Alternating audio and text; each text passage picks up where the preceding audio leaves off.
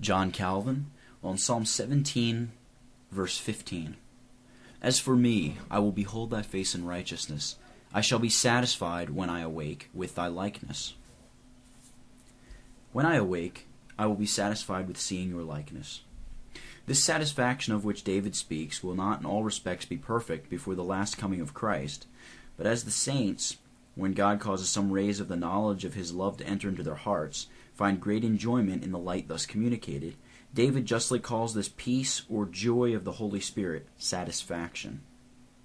The ungodly may be at their ease and have abundance of good things, even to bursting, but as their desire is insatiable, or as they feed upon wind, in other words, upon earthly things, without tasting spiritual things, in which there is substance, or being so stupefied through the pungent remorse of conscience with which they are tormented, as not to enjoy the good things which they possess, they never have composed and tranquil minds, but are kept unhappy by the inward passions with which they are perplexed and agitated.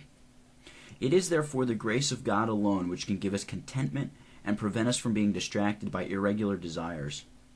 David, then, has here an illusion of the empty joys of the world, which only famish the soul while they sharpen and increase the appetite the more, in order to show that those only are partakers of true and substantial happiness who seek their felicity in the enjoyment of God alone.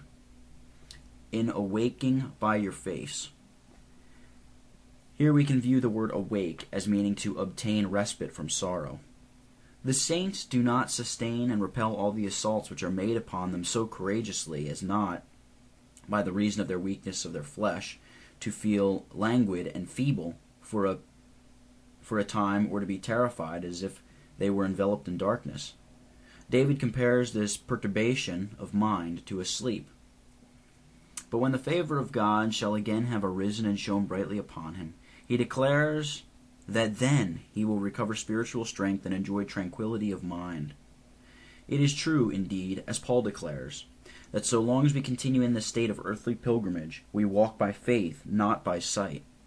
But as we nevertheless behold the image of God, not only in the glass of the gospel, but also in the numerous evidence of his grace which he daily exhibits to us, let each of us awaken himself from his lethargy, that we may now be satisfied with spiritual felicity, until God, in due time, bring us to his own immediate presence, and cause us to enjoy him face to face.